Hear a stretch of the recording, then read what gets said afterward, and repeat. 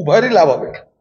ওরা চাইছে তোরা তোর মতন খা, আমরা আমাদের মতন খাই, কিছু না, এগুলো ঠিক হয়ে যাবে ভোটের আগে। এগুলো তুতু মাইমা করে নিজেদেরকে প্রাসঙ্গিক রাখতে হবে না। এখানে টিকে থাকতে গেলে মমতার দলের সব থেকে বড় হাতিয়ার হচ্ছে তোমাকে মাল কামাতে হবে, মাল দিতে হবে, এছাড়া টিকে থাকার কোনো গল্প নাই। আর দিদি প্রতিদিনই পরামর্শ দেবেন, সৎ উপদেশ দেবেন। দিদি একটা কথা বলুন তো, আপনার পার্টির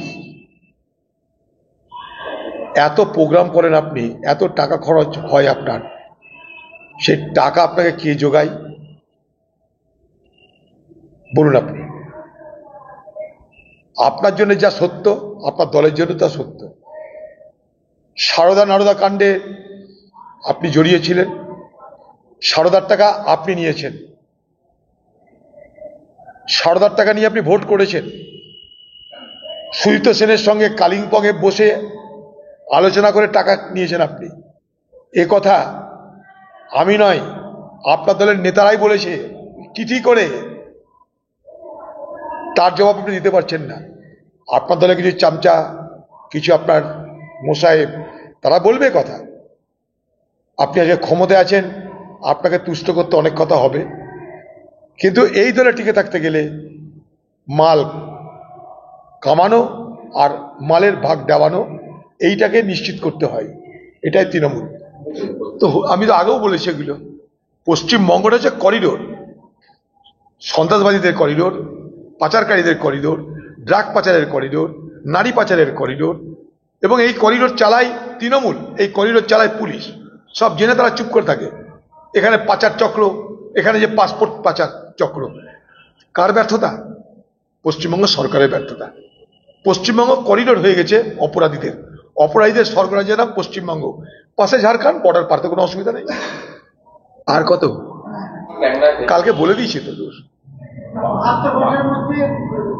ভাঙা বাড়ি ভাঙছে এই কারণে যে বাড়ি তৈরি করা হচ্ছে না, তাই ভাঙছে। একটা বাড়ি নির্মাণ করতে গেলে যা যা কোয়ালিটির জিনিসপত্র দরকার তা দেওয়া হচ্ছে না, তার উচ্চতা মান হচ্ছে না, তার ভার মান হচ্ছে না। এখানটায় পয়সা ফেকো, তামাশা দেখো। মিউনিসিপ্যালিটিকে পয়সা দিন, যা খুশি তা করতে পারেন। কর্পোরেশনকে পয়সা দিন, যা খুশি তা করতে পারেন। তাই বহরমপুরে দেখবেন গলির মধ্যে জলা জংলা জায়গায় নরম মাটিতে এরকম 5-6, 6তলা 7তলা বাড়ি উঠছে। এগুলো আগামী দিনে ভেঙে পড়বার সম্ভাবনা আছে। সেখানে ফায়ার ব্রিগেড ঢোকে না, আগুন লাগলে কি কোথায় যাবে জানা নাই। ঠিক একইভাবে কলকাতা কর্পোরেশন তো এদেরই ছোট ভাই বড় ভাই, সেখানেও তাই হচ্ছে, তাই এটা ঘটছে। মানুষের মৃত্যু হবে, বয়ে গেছে। তার মানেটা কি? কলকাতা কর্পোরেশন এইভাবে লুট করেছে, জলা জায়গা বুঝিয়ে দিয়েছে এই লুট করতে গিয়ে। ঘর বাড়ি যেখানে খুশি তৈরি করতে পারো, তুমি পয়সা দাও, এটা পারমিশন দিয়েছে তারা। আজকে আমাদের কলকাতার মেয়র দিদির কাছের লোক, যে আরবান দপ্তর দিদির কাছের লোক। তা স্বাভাবিকভাবেই এই যে বাড়ি যেগুলো তৈরি করা হচ্ছে, সে বাড়িগুলো ক্রমশ মৃত্যুর ফাঁদ হয়ে যাচ্ছে। পয়সার বিনিময়ে মানুষের জন্য মৃত্যুর ফাঁদ রচনা করা হচ্ছে। সেই টাকা তৃণমূলও ভাগ খাচ্ছে, সেই টাকা তৃণমূলের ফান্ডেও যাচ্ছে, মানুষের যা হচ্ছে হচ্ছে।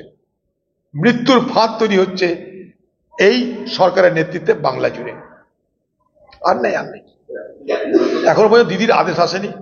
দিদি বলুক কাকে কাকে গ্রেপ্তার করতে হবে। পশ্চিমবঙ্গের পুলিশ দক্ষ আছে, পশ্চিমবঙ্গের পুলিশ দক্ষ ছিল বলে গোয়ালপুকুরে ধরে ফেললো, গুলি করে দিল। ধরতে বলে বেঁধে নিয়ে আসতে গেল, আমরা চেয়েছিলাম ধরুক, সে বেঁধে নিয়ে এলো, গুলি করে মেরে দিল। দেখালো কাজ, দক্ষতা নিশ্চয় তো তার দক্ষতা। আমি কারণ অদক্ষতা কথা বলছি না। পুলিশ যখন এত দক্ষ, তখন সেই পুলিশকে ব্যবহার করা হচ্ছে না কেন সব জায়গায়? আরজি করের ঘটনা প্রকাশ হয়ে যায়, সেই পুলিশকে তার দক্ষতার প্রমাণ দেওয়ার জন্য যদি চ্যালেঞ্জ দেওয়া হয়, তাহলে ব্যারাকপুর কেন, সব পুরে সব ঘটনার সমাধান হয়ে যাবে। দেখুন মালদায় ঘটনা ঘটলো, দিদি তৎপর হলো। মুর্শিদাবাদে ঘটনা ঘটেছে, সত্যেন চৌধুরী, প্রদীপ দত্ত, কত তৃণমূলের নেতা নিজেদের মধ্যে গোলাগুলি করে খুন হয়েছে। দিদি যেখানে অর্ডার দিবে সেখানে তদন্ত হবে, দিদি যেখানে আদেশ দিবে সেখানে ধরা পড়বে। এটা হচ্ছে বাংলার দস্তুর। এখন করবে এটা ওদের ওদের ওদের মধ্যেকার ব্যাপার, উভয়েরই লাভ হবে। ওরা চাইছে তোরা তোর মতন খা, আমরা আমাদের মতন খাই, কিছু না, এগুলো ঠিক হয়ে যাবে ভোটের আগে। এগুলো তুতু মাইমা করে নিজেদেরকে প্রাসঙ্গিক রাখতে হবে না? এবং রাজ্য সরকারের মাথা ব্যথা করা উচিত। আজকে রাজ্যের যে ভূগোল, সেই ভূগোলের মধ্যেই চা বাগান। ভোটের যখন আগে বাংলার মুখ্যমন্ত্রী চা বাগানের শ্রমিকদের সাথে দেখা করে, তাদেরকে বলে ঘর দিব, বাড়ি দিব, টাকা দিব, পয়সা দিব। ভোট শেষ, দিদি চা খেয়ে চলে এসছে, আবার ভোটের সময় যাবে দার্জিলিংয়ের চা খেতে, উত্তরবঙ্গের চা খেতে। আমি বহরমপুরে কে মানে তৃণমূল বলছে যে আপনি বহরমপুরে দাঁড়ান বিধানসভার ক্ষেত্রে, আচ্ছা, বাকিগুলো তাদের 21 আমার ভাগ্য তো তৃণমূল ঠিক করবে না। আমি কি করে তৃণমূলকে জিম্মেবারি দিয়েছি নাকি? দেখুন, পরিষ্কার হচ্ছে সংখ্যালঘু সংখ্যাগুরু অর্থাৎ সাম্প্রদায়িক বিভাজনের রাজনীতি মোদিকেও শুট করে, দিদিকেও শুট করে। মোদির জন্য এটা কাজে লাগে, দিদির জন্য কাজে লাগে এটা। তাই এরা মিউচুয়ালি এই সাম্প্রদায়িক বিভাজন করে চলেছে। না তো সারা পশ্চিমবঙ্গে কোথাও কিছু নাই। মুর্শিদাবাদে আমাকে হারানোর জন্য একবার রামনবমীর দিনে দাঙ্গা লাগানো হলো। তৃণমূলের বিধায়ক সে প্রচার করলো ওপেন টিভিতে যে 70% মুসলমান, 30% হিন্দু, মেরে গঙ্গায় ভাসিয়ে দেব। দিদির অনুমতি ছাড়া, দিদির মদত ছাড়া এ কথা বলা কি সম্ভব?